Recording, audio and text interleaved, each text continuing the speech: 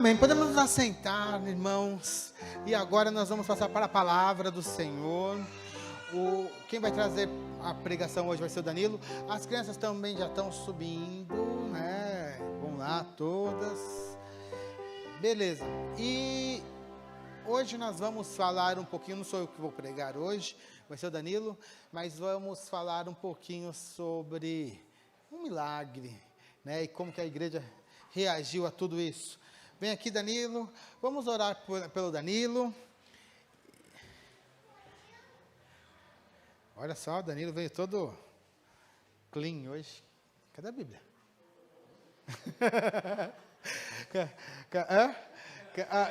O pregador está aqui, ele fala assim, não, está anotado aqui, eu estou brincando. Tá bom. Beleza, vamos aí orar. Pai, em nome do Senhor Jesus, eu peço, Pai, para que o Senhor agora fale conosco, através da sua palavra. Nós queremos ser tocados por ela, nós queremos ser abençoados. Pedimos, Deus, em nome do Senhor Jesus, que o Senhor possa realmente transformar as nossas vidas. Fale conosco, meu Deus. É o que nós te pedimos em nome de Jesus. Amém. Deus abençoe, Danilo. Já tem um aqui, mas vou agradecer, pastor. Já desligado para não gastar as baterias aí. E aí, gente? Tudo certo? Vocês estão bem? Com muito frio? Não, aqui dentro está quente, vai. Aqui dentro está melhor do que lá fora, pelo amor de Deus. Queria agradecer, né, as pessoas que estão nos visitando nessa noite, né? Vocês são muito bem-vindos em nosso meio. E, inclusive, justamente por causa de vocês, eu gostaria de fazer só uma retrospectiva rapidinho do que a gente está tratando agora, né? O pastor iniciou uma série de mensagens, pastor Ruge, né? E nós vamos dar sequência. E o texto, né, o livro que ele separou para a gente é em Atos, né? Não sei se os irmãos já conhecem o livro de Atos, né? Então, só situando na história, né? Cristo já havia morrido. E aí os irmãos vão me posicionando, se eu estou certo, se estou errado, tá bom? Cristo já tinha morrido, e aí ele foi levado ao céu, né? Enquanto ele estava sendo levado ao céu, os discípulos estavam lá embaixo vendo ele ser levado ao céu, e ele deu as instruções a eles, dizendo assim, que era para eles esperarem em Jerusalém, até que o Espírito Santo descesse sobre eles fossem revestidos de poder, certo? Beleza, então, seguindo, teve o quê? O dia de Pentecostes, certo? No dia de Pentecostes, houve a descida do Espírito Santo, eles foram cheios, e aí houve aquela zombaria do povo, né? Porque as pessoas achavam que eles estavam bêbados, né? Nossa, essa hora da manhã o pessoal já está embriagado, né? E aí, Pedro aproveitou a oportunidade, naquele dia mesmo, né? E teve o seu momento de pregação. Falou para todas aquelas pessoas que estavam ali, além dos discípulos, e naquele dia se converteram 3.000 almas, correto? Aí começou então a igreja a caminhar ainda mais. Aí passou-se aquele clássico texto, né, que fala do convívio dos irmãos na igreja. O pastor até falou a respeito disso, né? Como é que estava acontecendo? Falou da igreja primitiva, não necessariamente primitiva, né? Mas como foram os primeiros passos ali da igreja. E agora nós vamos seguir no capítulo 3. Abram suas Bíblias. Capítulo 3.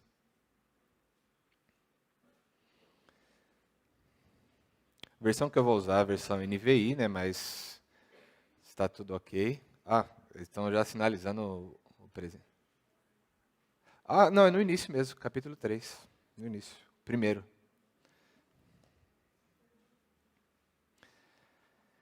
Diz o primeiro versículo do capítulo 3 de Atos, que às 3 horas da tarde, Pedro e João estavam se dirigindo ao templo, foram para uma reunião de oração. O que é que Deus tem para falar, já logo nesse início de capítulo, né? A primeira coisa que a gente pode perceber é que eram pessoas, essas duas pessoas que foram citadas, né? Nelas havia a consciência da necessidade que eles tinham de Deus. Consciência da necessidade que eles tinham de Deus. É que para nós é meio estranho, né? 3 horas da tarde, né? Normalmente, para nós que somos um povo que normalmente costuma trabalhar das 8 às 5, né? A gente fica meio, poxa, às 3 horas da tarde, né? Eles indo cultuar a Deus. A gente está acostumado com cultos à noite. Não sei qual que era o costume deles, se era sempre às 3 horas da tarde ou não. Mas, de fato, era algo que eles estavam indo, né? Estavam indo para o templo, né? E como são felizes, inclusive, aqueles que percebem a necessidade que eles têm de Deus. Como são felizes.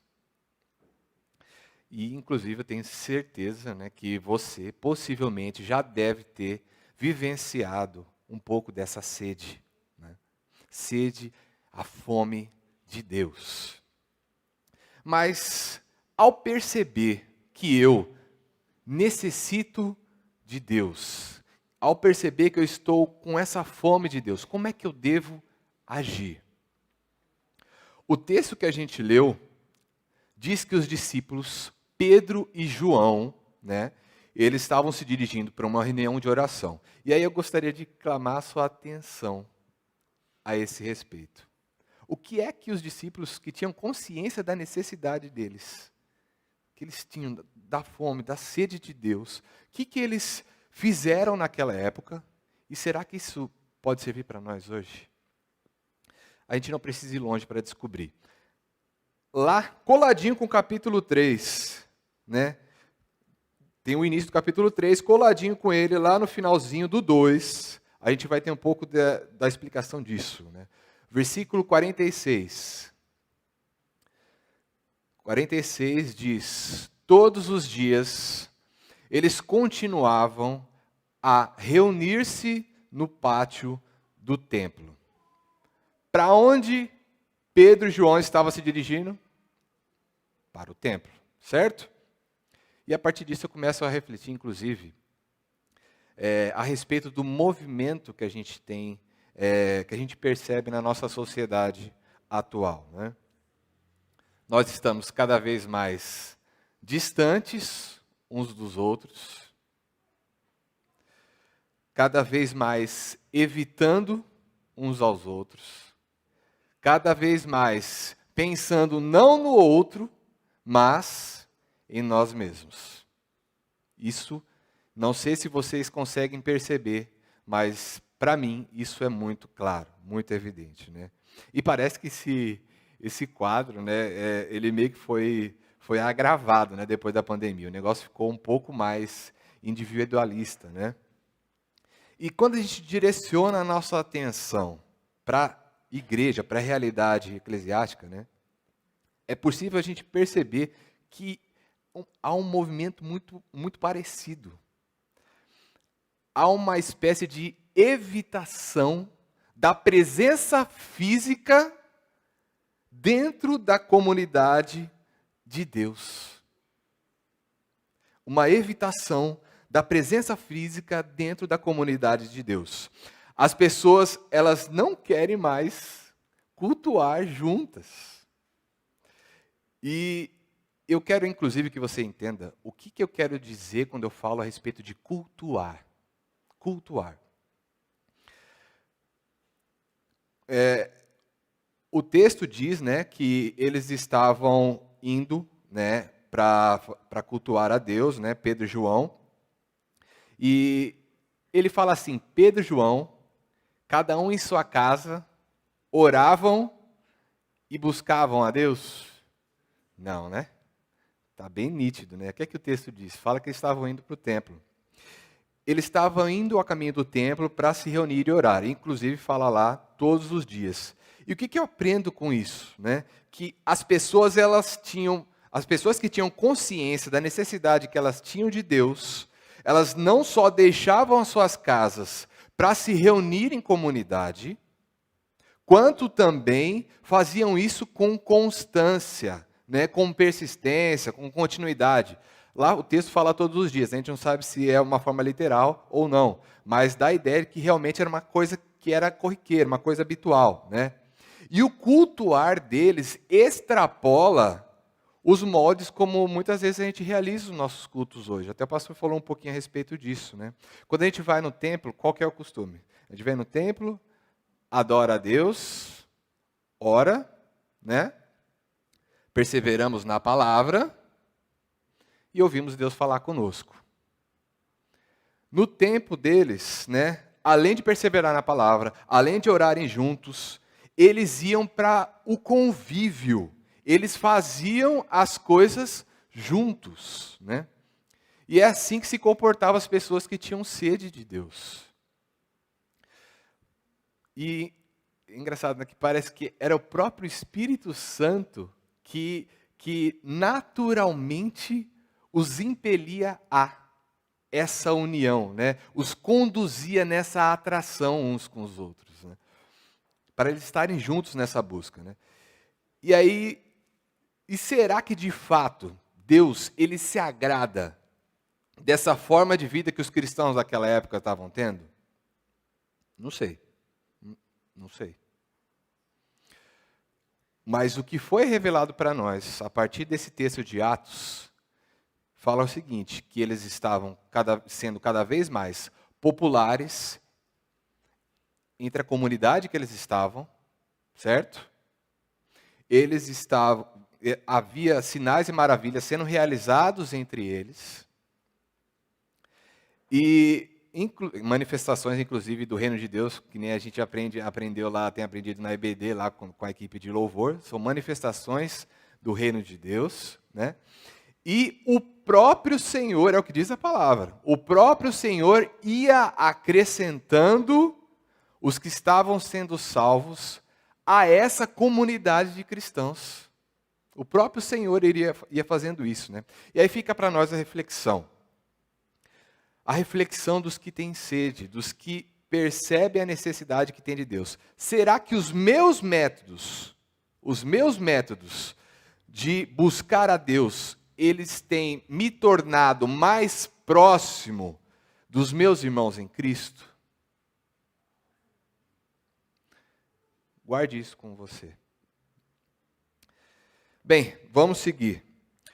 Pedro e João, né, estavam fazendo o que para eles já era um costume. Estavam se dirigindo mais uma vez ao templo para a reunião deles de oração. Mas algo diferente do habitual aconteceria com eles naquele dia. O texto diz, voltando lá em Atos, no capítulo 3, versículo 2, né, estava sendo levado para a porta, até jogar aqui o slide. Eles já estão. Tá, beleza, está apresentando.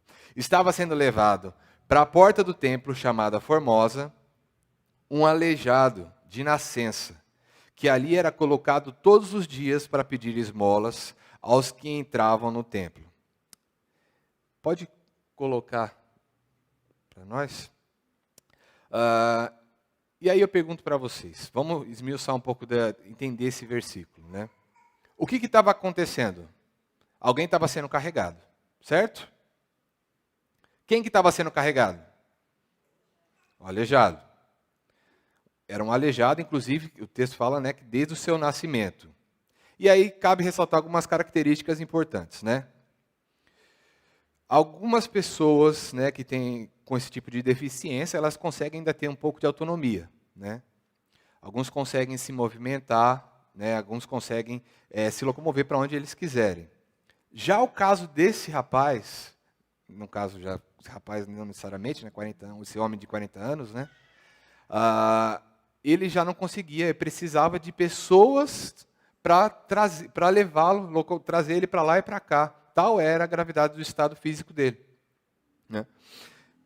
E outro detalhe importante, aquele homem ele lidava com essa situação, com aquela condição dele, há mais de 40 anos. Não são dias nem meses, são 40 anos, né?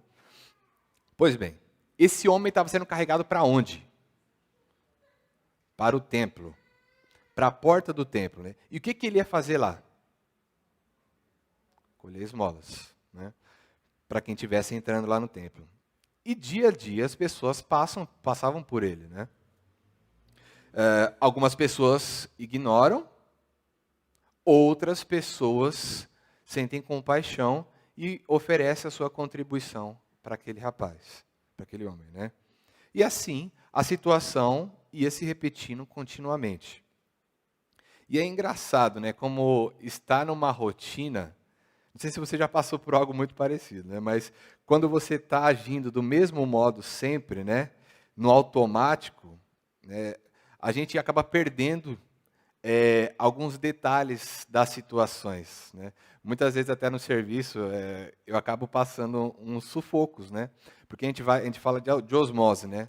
Se aprende a fazer algum procedimento, você faz aquele procedimento, faz uma vez, faz 2 vezes, você está super atento. Já na terceira, você já gravou como é que faz. Aí você vai no automático, você só vai tuk, tuk, tuk. É meio que parece ser um dispositivo do corpo, né? Para poupar energia. Tipo, você já sabe como é que faz, memória automática, né? Digamos assim. É como andar de bicicleta, você não fica pensando, vou pedalar o pé esquerdo, pedalar o pé direito. Não, você já senta e já vai andando, porque você já sabe como é que faz. E nisso, né, repetindo sempre o mesmo hábito, sempre a mesma ação, pode passar despercebido alguma coisa. Né? E aí eu vou até, inclusive, abrir um parênteses e trazer um exemplo a esse respeito. Né, sobre o passar despercebido. Foi até um devocional que falou meu coração um tempo atrás, né, que está lá em Lucas. Lucas 2, 21 a 35. Lucas 2, 21 a 35. Estou passando o texto para vocês terem uma referência, tá? Para vocês lerem depois. Mas lá estava, voltando ali, está nos evangelhos, né? Lá estava Maria e José se dirigindo para a entrada no templo. O pequeno Jesus, ele já tinha completado os 40 dias de vida, né? Inclusive, ele seria apresentado, né, a Deus ali no templo. Cabe-se de passagem que a gente passou por algo muito parecido esses dias atrás aí com a apresentação do Gael aqui na igreja. Né? É algo muito similar a isso. Né? Para aquela sociedade lá na época de Jesus, né, a dedicação dos primogênitos era uma cerimônia comum, corriqueira. Né? E embora eles esperassem o Messias prometido, né, como que era esse Messias? Vocês que manjam da EBD. O Messias que o povo judeu esperava. Quais são as características dele? Forte, guerreiro. O que ele ia fazer? A ideia era libertar o povo. Era um libertador, né? E para ser um rei físico para eles, né? Embora eles esperassem essa figura messiânica chegar, né? Esse homem que viesse, né? Ainda assim, os sacerdotes eles não davam muita atenção, porque era muita criança passando ali para ser consagrada, etc., né, diariamente. E, possivelmente, havia um pouco mais de atenção quando se tratava de algum filho de alguma pessoa de mais importância, né, alguém de mais posses também, pode acontecer. Né? Só que esse não era o caso dos pais de Jesus. Pensa, eles entrando lá, possivelmente com as sandálias da época, né? Aquela roupa comum da Galileia. Inclusive, se a aparência deles não recomendava a eles, muito menos a oferta que eles traziam, que era de 2 passarinhos. Né? Eu não sei se vocês lembram, tem a questão dos sacrifícios, né? Quando eles falam das pessoas que eram um pouco mais pobres, que não tinham muitas posses, eles pediam para trazer 2 rolinhas, 2 passarinhos, né, para poder oferecer. Agora, aqueles que tinham mais dinheiro traziam outros animais maiores. Tal, né? Não era o caso deles. Então, eles estavam ali sem pompa, sem anúncio. Pessoas simples. Né? oferecendo o sacrifício dos pobres. Um gesto comum, né? Possivelmente o sacerdote foi lá, tomou o menino nos braços, fez a consagração e o devolveu à mãe. Depois foi lá, anotou o nome de Jesus no livro dos primogênitos de Israel. Ok, tudo muito habitual, procedimento de rotina, para olhos desapercebidos, pelo menos.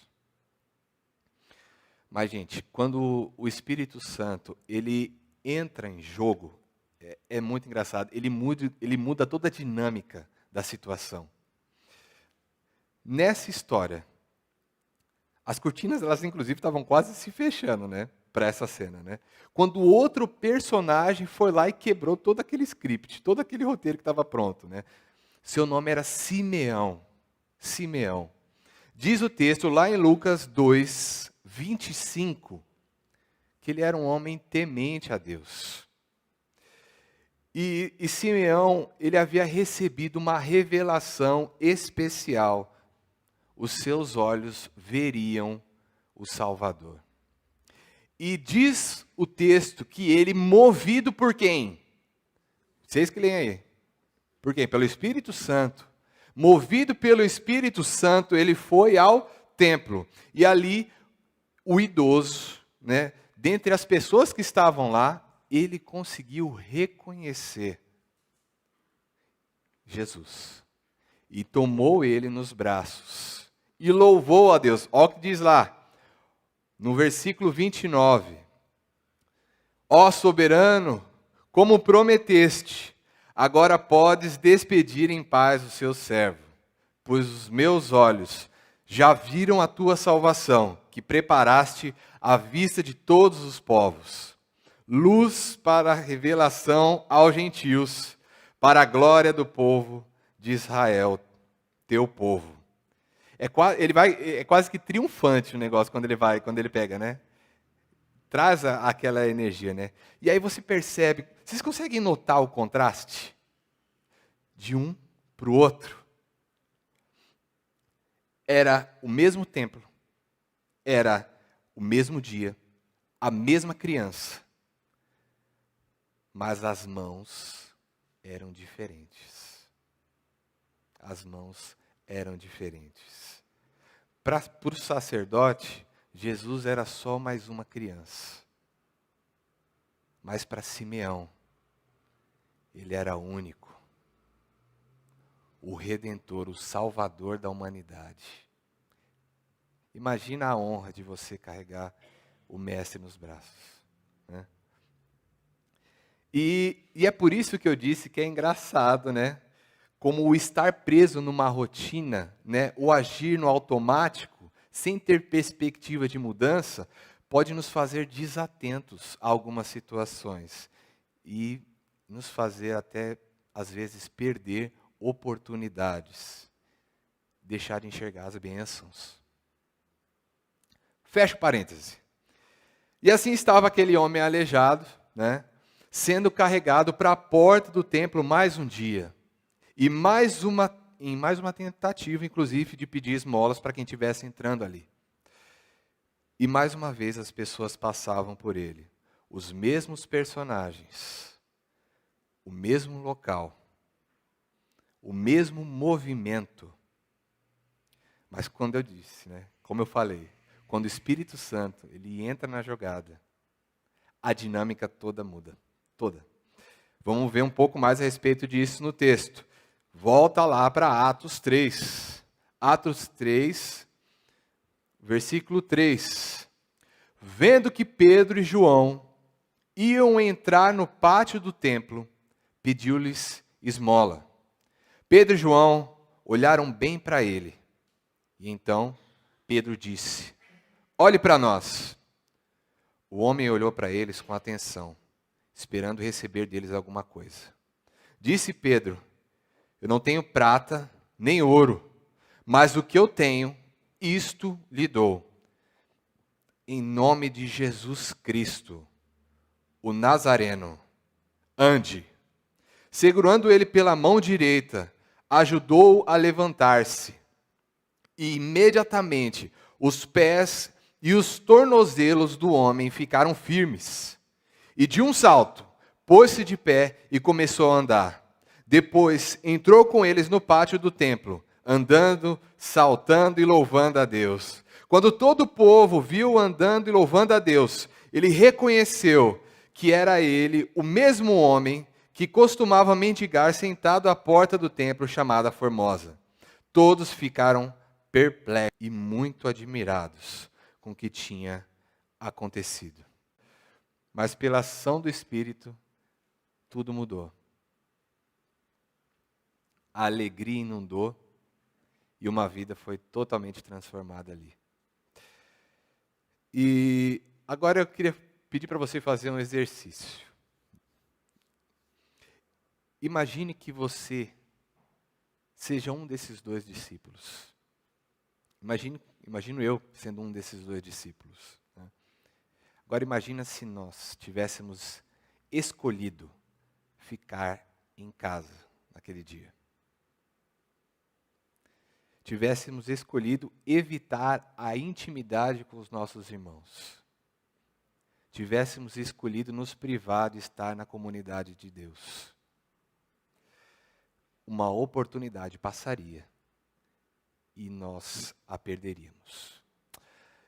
Uma grande amiga do meu serviço, certa vez ela me disse algo, né? Foi recentemente, inclusive, né?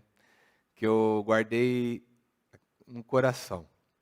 Ela disse, pode soar meio, como é que fala? Tipo uma máxima, né? Meio clichê, né? Ela disse que as oportunidades nessa vida passam, né? E são raras, são raras. Como foi nessa ocasião? Com certeza, não era a primeira vez que Pedro e João estavam vendo aquele aleijado ali naquele lugar. Não foi a primeira vez, né?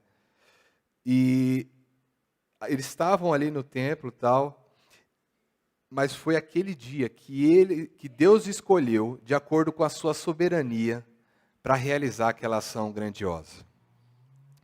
A minha amiga falou, né, das oportunidades da vida que são raras, né? E foi como de fato foi nessa ocasião, né? Certa vez ela disse assim, que as oportunidades, é como um trem que está passando. O trem ele está indo para um destino, né? Inclusive indo para um destino que você quer ir.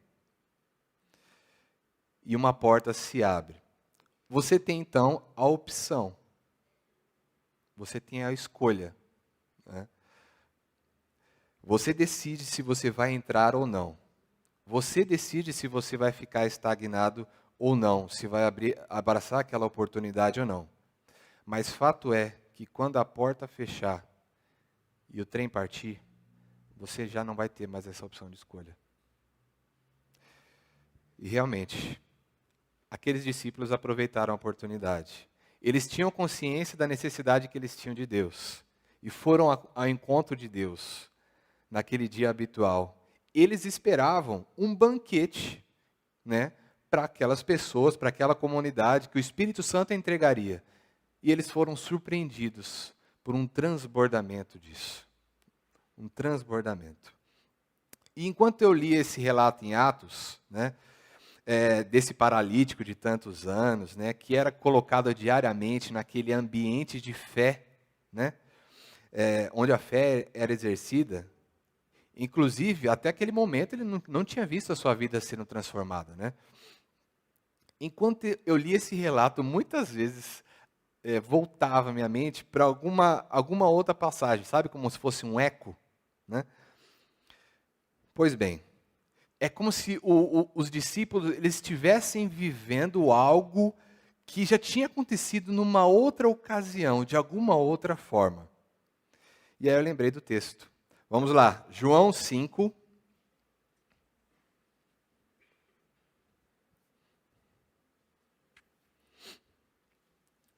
João 5. Versículo 1 em diante.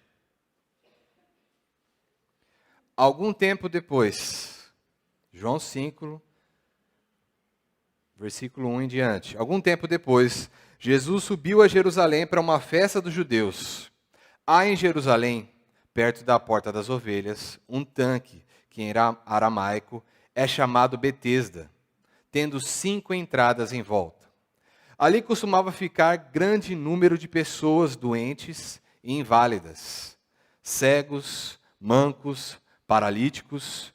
Eles esperavam o movimento das águas. De vez em quando descia um anjo do Senhor e agitava as águas. O primeiro que entrasse no tanque, depois de agitadas as águas, era curado de qualquer doença que tivesse. Um ambiente de fé. Um dos que estavam ali era paralítico, fazia 38 anos. Quando o viu deitado e soube que ele vivia naquele estado durante tanto tempo, Jesus lhe perguntou: você quer ser curado? Disse o paralítico: Senhor, eu não tenho ninguém que me ajude a entrar no tanque quando a água é agitada. Enquanto estou tentando entrar, outro chega antes de mim. Jesus lhe disse: levante-se, pegue a sua maca e ande. Imediatamente, o homem ficou curado, pegou a maca e começou a andar. E ao ler esse texto, eu entendi por que ele me soava, como esse eco, como essa repetição. Jesus estava ali em Atos, vivendo também através de quem? Dos discípulos. Dos discípulos. Aquilo que estava acontecendo era uma manifestação do poder de Cristo, E de fato, eles proclamaram isso, falaram a respeito do nome, do nome de Jesus. Até posteriormente, quando as pessoas falam, lá o texto continua falando, lá de Atos. Quando as pessoas começaram a se amontoar, para ver o aleijado, que há tanto tempo mendigava ali no templo, e que ali estava milagrosamente de pé, junto de Pedro e João, os 2 apóstolos tomaram a palavra dizendo, já lá em Atos 3, versículo 14.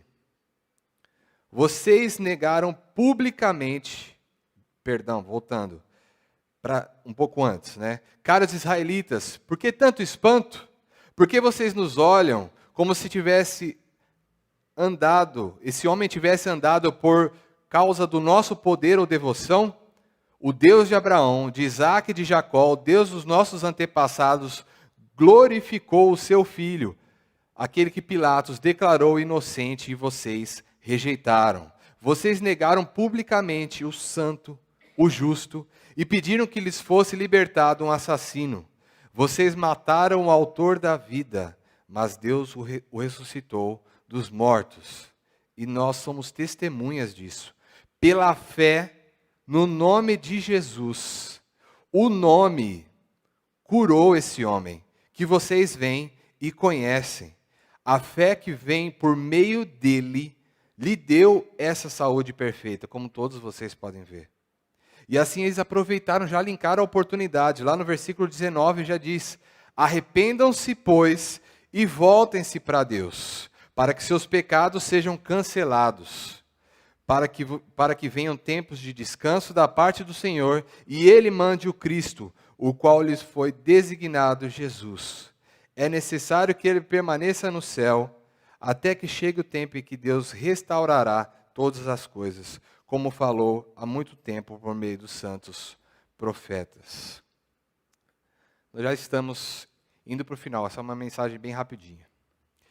E enquanto os discípulos, eles estavam ali, buscando resgatar almas, que ainda resistiam ao amor de Deus, aí até posteriormente vocês vão ver no capítulo 4 isso, A outra liderança, a liderança judaica, da época, os sacerdotes, lá fala o capitão da guarda, fala também dos saduceus, eles chegaram para ver o que estava acontecendo ali naquela montoeira de gente, E assim como os judeus perseguiram Jesus, após ele fazer aquela cura, sei se vocês lembram dessa passagem, né?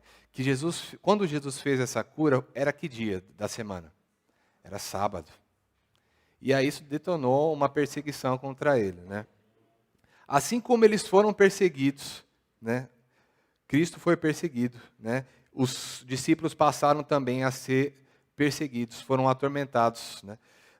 E até o texto, na sequência, fala, né, que eles foram presos, né, injustamente, simplesmente por terem pregado a respeito da ressurreição, inclusive, né, que o pessoal fala que os saduceus não criam nessa questão da ressurreição, mas eles estavam fazendo o papel que Cristo estaria fazendo no lugar deles, né? E quais reflexões eu posso tirar para a minha vida hoje dessa passagem que nós tratamos? Primeiro, tendo percebido a necessidade que eu tenho de Deus, a sede, né? Se eu tenho percebido essa necessidade, eu tenho me servido dos banquetes espirituais que são disponibilizados na comunidade de Deus, né? Ou será que eu estou em um outro caminho? Ou será que eu tento me alimentar de uma outra forma? Segunda reflexão, será que os resultados da minha busca por Deus têm me aproximado dos meus irmãos? Da comunhão? A terceira reflexão, foi de um momento comum com os discípulos que se moveram em direção àquela comunhão com seus outros irmãos, que Deus se valeu da oportunidade para glorificar o seu Filho, né? E trazer, inclusive, fortalecimento para a igreja dele. Será que eu tenho, né, que alimento a expectativa de que Deus pode usar até o momento habitual para que Ele possa fazer coisas extraordinárias? Tenho essa esperança, né? Quarta reflexão, Jesus vive através da vida de cada discípulo. Aquele aleijado, ele descobriu, pela fé, que há no nome de Jesus uma nova vida, uma nova esperança, né? E eu estou dando oportunidade, estou disposto a, quando a oportunidade aparecer, manifestar que Cristo, Ele vive em mim também, né? E aí, por fim, eu estou disposto a clamar por ousadia, né, coragem e poder do Espírito Santo para enfrentar situações que os opositores, né, que os adversários de Deus criarão contra mim. Fique então essas reflexões para essa noite. Amém? Vamos orar? Senhor nosso Deus, nós vimos nesses dois textos que nós lemos, né, as manifestações do seu reino em pessoas comuns. Nós vimos algo diferenciado acontecendo. Mesmo sendo ações habituais, o Senhor se valeu dessas ações para transformar a realidade daquele aleijado, daquela pessoa que tanto necessitava. Ó Deus, muitas vezes nós, na nossa vida habitual, na nossa vida corriqueira, muitas vezes não percebemos as oportunidades que o Senhor nos traz, tanto para sermos a imagem do seu Filho, uma imagem personificada, né? Muitas vezes não percebemos o momento certo de trazer a luz para essas pessoas que estão ao nosso redor. Nos ajude primeiro a enxergar essas possibilidades. Uma outra coisa importante, meu Pai, nos ajude a perceber a riqueza que o Senhor concede aos que estão em união não só contigo, mas com a igreja do Senhor. Aqueles que buscam continuamente estarem junto dos outros irmãos, Pai. E ali são edificados mutuamente através dessa união. Ajuda-nos a perceber o quanto o Senhor pode nos alimentar se nós perseverarmos em buscar a sua face junto com os nossos irmãos. Não permita, Deus, que esse espírito que atua no mundo, promovendo, cada vez mais esse individualismo, esse medo de tratar uns com os outros, esse medo dessa interação. Nós sabemos, Pai, que os relacionamentos muitas vezes nos desgastam, mas mesmo assim, Deus, nos ajude a enxergar a riqueza que eles podem produzir. Muitas vezes o mundo só nos traz a visão dos malefícios que os relacionamentos produzem, mas nos ajude a perceber o quanto o Senhor pode nos abençoar através da vida dos nossos irmãos, Pai. O quanto o Senhor quer falar conosco através da vida dos nossos irmãos, Senhor. O Senhor usou Pedro e João para falar e transformar aquele homem que estava sentado naquela condição. Nos usa, Pai. Nos usa. Em nome de Jesus. É a nossa oração. Amém.